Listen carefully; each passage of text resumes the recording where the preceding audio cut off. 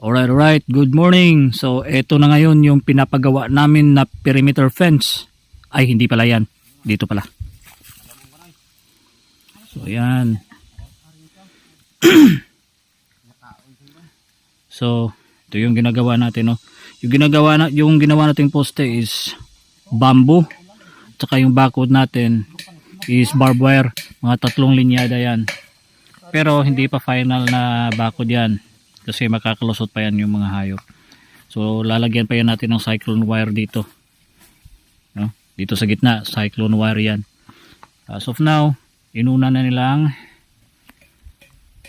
ikabit yung barbed wire. So mga ilang poste pa yung nasimula natin. So 1, 2, 3, 4, 5, 6, 7, 8, 9, 10. Nasa 10 poste pa tayo. So puntahan natin.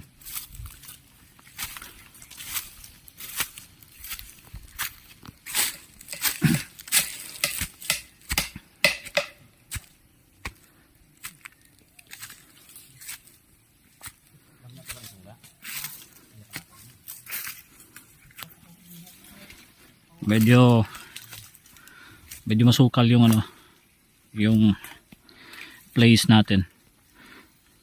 Ito pala yung tinatawag na pawa. So hindi po ito bamboo. Family lang ito ng bamboo.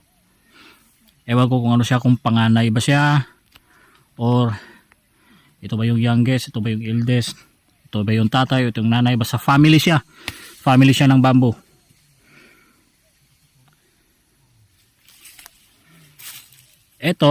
Ito talaga yung bamboo.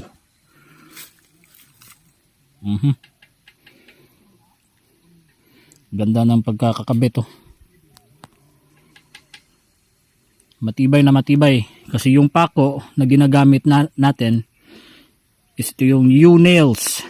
Hindi me nails, kundi U-nails. It's you, not me. So na hugis letter U talaga yung pako na ginamit natin. So isa po siyang kind of pako na specialized para mag staple ng ganito. So ito hindi pa to nila na pakuan. So ito po yung area natin, guys. Napakalaki. So 1 hectare to yung 1 hectare yung total area natin, pero yung babakuran natin is siguro nasa 120 meters lang muna yung babakuran natin.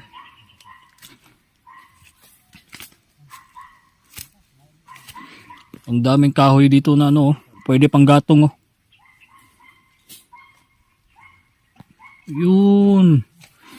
Ito pa. Maganda igatong to.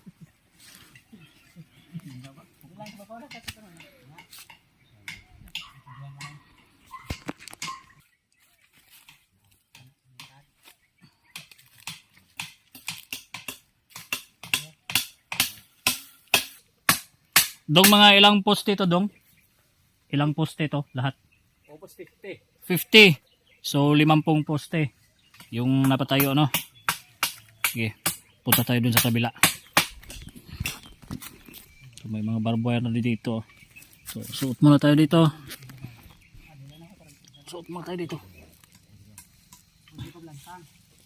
Aray! Bayag ko.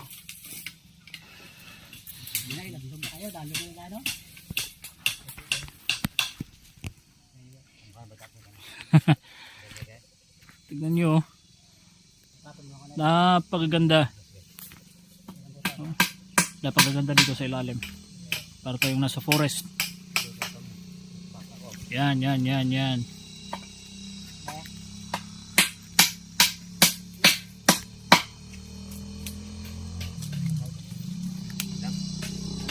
Tatlong tao yung gumagawa dito. Ako sana yung pang-apat, kaya lang wala akong dalang martilyo, eh.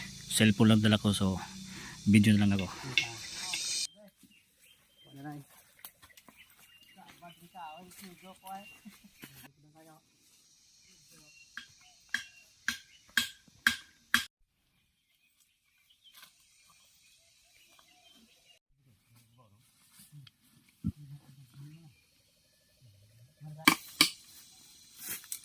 Yeah.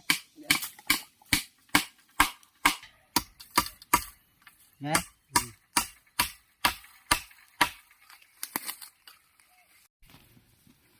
So itong trabaho nila medyo madugo to kasi bago pa nila in-install tong mga bakod, nag-clearing muna sila doon sa area. So itong area na to is masukal to. So they did some clearing diyan, oh. So medyo kung titignan nyo ngayon yan, malinis na. So nung una talagang yung itsura niyan ganito, oh. So masukal. So, ngayon malinis na, oh. Yan, ang linis-linis na ng area niya. So yung labor nila dito is hindi lang pag-install ng bakod, kasama na rin niya yung pag-clearing sa boundary. So punto tayo dun sa taas. Lapit na tayong umabot.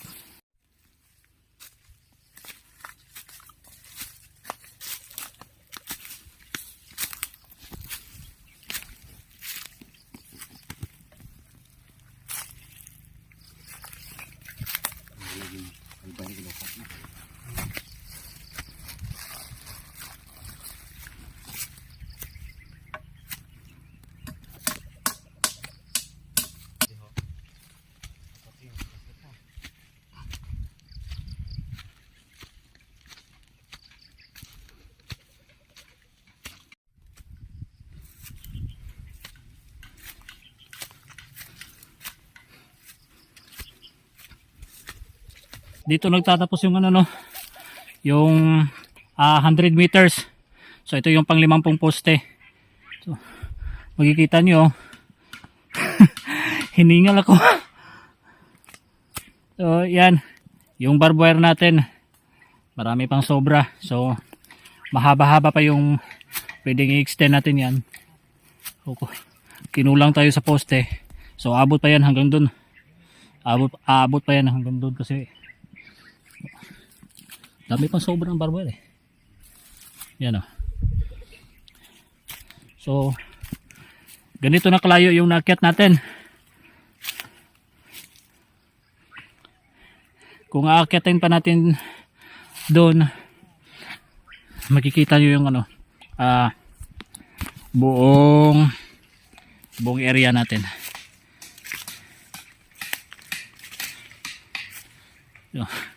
Nasa gubat na tayo, guys, pero parte pa rin to ng lote na nabili natin. So malaki talaga yung lote natin. So yan, oh. So yung puno na yan, so hanggang dyan muna yung perimeter fence natin kasi kinapos tayo ng poste. So kapag makakabili na tayo ng dagdag na poste, so i-extend natin yan mula dyan hanggang doon dun sa may mga saging na yon. Kasi kapag pumunta pa tayo sa bandang taas, masyado ng matarik. Papakita ko sa inyo yung view, medyo masukal, maraming puno, pero kapag dito kayo sa taas, ito yung makikita nyo. Wow, ang ganda.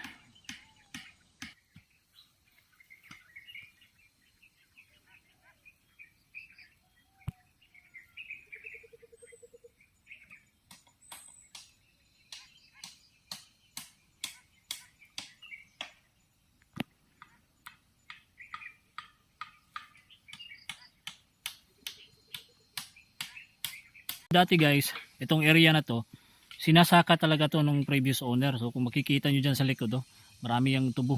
Pero dito sa kabila, sa bandang sa amin, sa area namin, yun, naging gubat na. Pero dati sinasaka talaga nila to, maraming crops dyan. Siguro nagtatanim sila ng mais, either sugarcane siguro. Kasi dito sa lupa, itong kinatatayuan ko, makikita ko pa yung yung trace ng arado. So inaarado nila to dati. Siguro dati clear na clear to. Kapag pumunta ka dito sa taas, makikita mo talaga yung sa baba. Ngayon nagbistulang gubat na, no?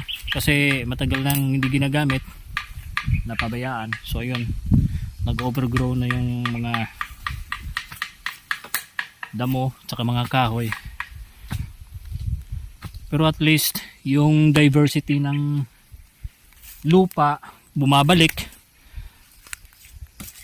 at saka yung pinaka-importante dito yung wildlife So yung mga ibon may matitirahan na uli. Sa iba pa mga wild animals dito, may habitat na sila, may natural habitat na sila.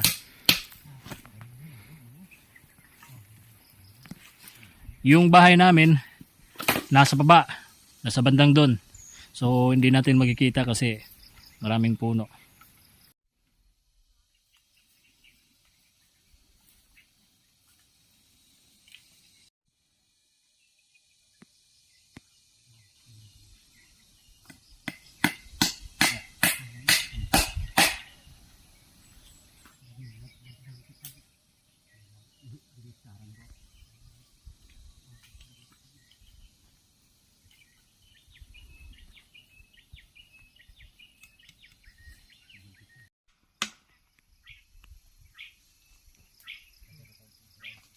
So ayan guys, tapos na yun. Dali lang pala yung clearing yung yung mahirap. Pero yung pagkabit ng barbed wire, easy na lang sa kanila yan. So bababa na tayo kasi magluluto tayo ng pinakbet para may pananghalian tayo. So ayun, maraming salamat. This is Lance. Agoy, patulog kong tais baka. Eto guys, nagsimula na akong lumakad pababa. Pababa lang ng pababa kasi magluluto tayo ng pinakbet. Malapit na kasing pananghalian dito. Kaya kailangan ko nang magprepara ng mga ingredients kagaya ng talong, ampalaya at saka asukal. Ano na may asukal?